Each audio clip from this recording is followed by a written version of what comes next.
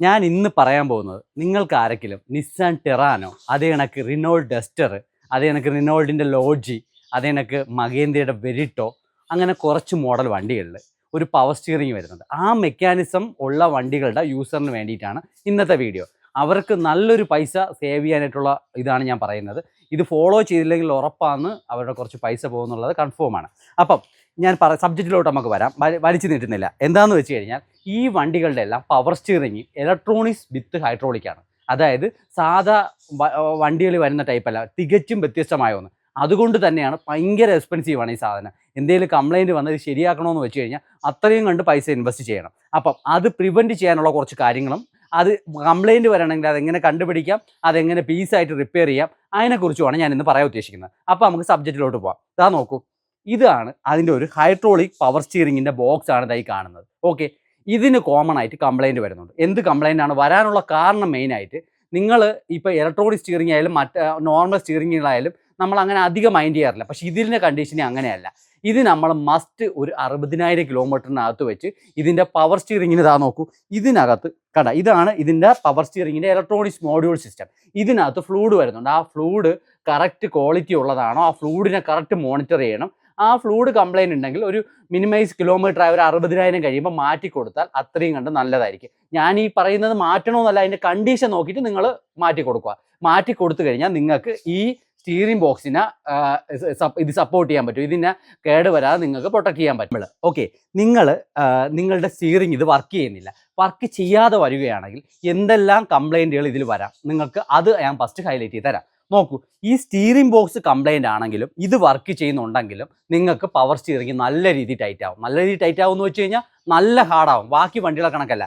കാര്യം ഇതിനകത്ത് വരുന്ന പ്രഷറിൽ എന്തെങ്കിലും വേരിയേഷൻ വന്നു കഴിഞ്ഞാൽ ഈ പമ്പ് ഇതിനെ തള്ളാത്തത് കൊണ്ട് തന്നെയാണ് നിങ്ങൾക്ക് പവർ സ്റ്റിയറിംഗ് മാനുവൽ മെക്കാനിസം എങ്ങനെ വർക്ക് ചെയ്യുന്നു അതേ കണക്ക് വർക്ക് ചെയ്യും. അപ്പം നിങ്ങൾ ഫസ്റ്റ് ഓഫ് ഓൾ ഈ സ്റ്റീറിംഗ് ബോക്സിൻ്റെ 2 ലൈനിൽ പ്രഷർ നമ്മളിത് കറക്റ്റ് ചെക്ക് ചെയ്ത് നോക്കണം. കറക്റ്റ് സക്ക് ചെയ്യുന്നുണ്ടെന്നും കറക്റ്റ് തള്ളുന്നുണ്ടെന്നും. അത് കറക്റ്റ് ഉണ്ടെങ്കിൽ നമുക്ക് കൺഫേം ചെയ്യാൻ എവൻ്റെ കംപ്ലയിൻ്റ് അല്ല. പിന്നെ അടുത്ത പോർഷനിലോട്ട് പോവാം. പിന്നെ ഉള്ള മെക്കാനിസം ഇതാ നോക്കൂ, ഇവിടെ ഒരു മോട്ടർ, അത് കൂടാതെ ഒരു സർക്യൂട്ട് ബോർഡ്, പിന്നെ ഒരു പമ്പ് വരും, ഹൈഡ്രോളിക് പമ്പ് വരുന്നു, പിന്നെ ഒരു ഇത് വരും, എന്തുവാ, ഒരു റിസർവെയർ ടാങ്ക് വരും. ഇത്രയാണ് ഇതിൻ്റെ മെക്കാനിസം.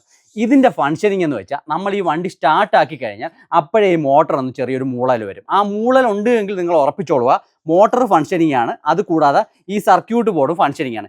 ഈ സർക്യൂട്ട് ബോർഡ് റിപ്പയർ ചെയ്യാൻ ഒരു വലിയ ടാസ്ക്കാണ്. റിപ്പയർ ചെയ്യാൻ പറ്റൂല എന്ന് തന്നെ പറയാം. നമ്മളാൽ കഴിയുന്നില്ല. നമ്മൾ ഇലക്ട്രോണിക്സ് സർക്യൂട്ട് ബോർഡ് എല്ലാം ഇവിടെ റിപ്പയർ ചെയ്യുന്നതാണ്. പക്ഷേ നമ്മളിത് ശ്രമിച്ചിട്ട് വലിയ ബുദ്ധിമുട്ടാണ്, നമുക്ക് ചെയ്ത് കിട്ടിയിട്ടില്ല ഇതുവരെ. അപ്പം ഇതും മൂളുന്നുണ്ടെങ്കിൽ ഇതും വർക്കിംഗ് ആണ്. ഇനി നമുക്ക് ചെക്ക് ചെയ്യേണ്ടത് ഇതിനകത്ത് ഹൈഡ്രോളിക് പമ്പാണ്. ആ പമ്പ് വർക്ക് ചെയ്യുന്നുണ്ടോ എങ്ങനെ നോക്കാമെന്ന് വെച്ചാൽ അതാ നോക്കൂ, ഈ ടാങ്കിൻ്റെ മുകളിൽ കണ്ട റിട്ടേൺ ഓസിനുള്ള ഒരു പോയിന്റ് കൊടുത്തിട്ടുണ്ട്. ആ ഓസ് ഊരുക, എന്നിട്ട് നമ്മൾ വണ്ടി സ്റ്റാർട്ട് ചെയ്യുക. എന്നിട്ട് അതിൽ കെയർ ആയിട്ട് നമ്മൾ കൈ പൊത്തി പിടിച്ചേക്കണം. കൈ പൊത്തി പിടിക്കുമ്പോൾ നല്ല പ്രഷറിൽ റിട്ടേൺ ഫ്ലൂയിഡ് തള്ളുന്നുണ്ടെങ്കിൽ നമുക്ക് ഉറപ്പിക്കാം ഇതിൻ്റെ ഹൈഡ്രോളിക് പമ്പും വർക്കിംഗ് ആണ്. അപ്പോൾ ഇതിൻ്റെ പ്രോബ്ലം എന്താണ് വരുന്നത്, ഈ സ്റ്റീറിംഗ് ബോക്സ് വർക്ക് ചെയ്യുന്നുണ്ടോ ഇല്ലെന്ന് നമുക്ക് നോക്കാൻ പറ്റും. എവിടെ, ഈ ഒരു ജസ്റ്റ് പൈപ്പ് ഊരിയാൽ മാത്രം മതി. അങ്ങനെയാണ്. ഇവിടെ പ്രഷർ ഉണ്ട്, ഇത് കറക്റ്റ് കറങ്ങുന്നില്ലെങ്കിൽ നിങ്ങൾക്ക് സ്റ്റീറിംഗ് ബോക്സിൻ്റെ തൊട്ട് കണ്ണോട്ടിക്കാം. അത് ഇളക്കി എന്താണെന്ന് വെച്ചാൽ ചെക്ക് ചെയ്യാൻ നിങ്ങൾക്ക് അതിൻ്റെ ഇത് തിരിയും. ഇതിപ്പോൾ നമ്മൾ ഇളക്കി റിപ്പയർ ചെയ്തേക്കുന്നതാണ്. നമുക്കിത് ഇളക്കി ശരിയാക്കാനും എല്ലാത്തിനുള്ള ഓപ്ഷൻ ഉണ്ട്. അത് കൂടാണ്ട് നമുക്കിത് റീപ്ലേസും ചെയ്യണം. അപ്പോൾ ഡിപ്പെൻസ് കണ്ടീഷൻ. ചിലപ്പം വെള്ളം ഇറങ്ങി ഫുള്ളി ഡാമേജ് ആണെങ്കിൽ നമുക്ക് റിപ്പയർ ചെയ്യാൻ കിട്ടത്തില്ല. നമ്മൾ യൂസ്ഡ് എടുക്കുകയോ പുതിയത് എടുക്കുകയോ ആയിരിക്കും ഉത്തമം. അപ്പോൾ ഈ കണ്ടീഷനിൽ വരുമ്പോഴത്തേക്ക് നമ്മൾ ഇതിൻ്റെ ഈ 3 പോർഷൻ ചെക്ക് ചെയ്യുന്നത് ഞാൻ ക്ലിയർ ആയിട്ട് പറഞ്ഞിട്ടുണ്ട്. ഇതിൻ്റെ സെൻറ്റർ പോർഷൻ നമുക്ക് റിപ്പയർ ചെയ്യാൻ പറ്റത്തില്ല. അതുകൂടാതെ മോട്ടർ മാത്രമാണെങ്കിൽ നമുക്ക് റീപ്ലേസ് ചെയ്യാനായിട്ട് പറ്റും. പിന്നെ ഇതിന് 3 പാർട്ടും നമുക്ക് സെപ്പറേറ്റ് ഓരോ പാർട്ടായിട്ട് നമുക്ക് റീപ്ലേസ് ചെയ്യാനായിട്ട് പറ്റും. അതുകൂടാതെ ഈ വണ്ടിയൊക്കെല്ലാം നോക്കൂ, കപ്ലറിൽ വ്യത്യാസം ഉണ്ടാവും. അതാണ് ഈ ഇലക്ട്രോണിക്സ് മോഡ്യൂളിൻ്റെ കപ്ലർ പലതിലും പല ടൈപ്പാണ് വരുന്നത്. അതിന് നിങ്ങൾ വറീഡ് ആവേണ്ട. ഈ സംഗതി കേടല്ല എങ്കിൽ നമുക്ക് ഈ മോട്ടറിന് ഇതിനും എല്ലാത്തിലും ഒരേ ഇതാണ് വരുന്നത്, കപ്ലർ മാത്രമേ മാറുന്നുള്ളൂ. അപ്പോൾ അത് ഹൈഡ്രോളിക് പമ്പും മോട്ടറും നമുക്ക് അങ്ങോട്ടും ഇങ്ങോട്ടും മാറ്റി വയ്ക്കാൻ പറ്റും. മാറ്റി വെച്ച് നമുക്കിതിനെ യൂസ്ഡോ വല്ലതും എടുത്ത് ശരിയാക്കാൻ പറ്റും. കാര്യം ഇതിൻ്റെ പുതിയത് മേടിക്കണമെങ്കിൽ അത്ര കണ്ട് എക്സ്പെൻസീവാണ്. ഈ 2 മെക്കാനിസം കൂടി പുതിയത് മേടിക്കണമെന്നുണ്ടെങ്കിൽ. അപ്പം ഞാൻ ഈ പറഞ്ഞ കാര്യങ്ങൾ നിങ്ങൾക്ക് എല്ലാവർക്കും ഉപകാരപ്പെട്ടു എന്ന് പ്രതീക്ഷിക്കുന്നു. അപ്പോൾ anyway, thanks for watching. Thank you.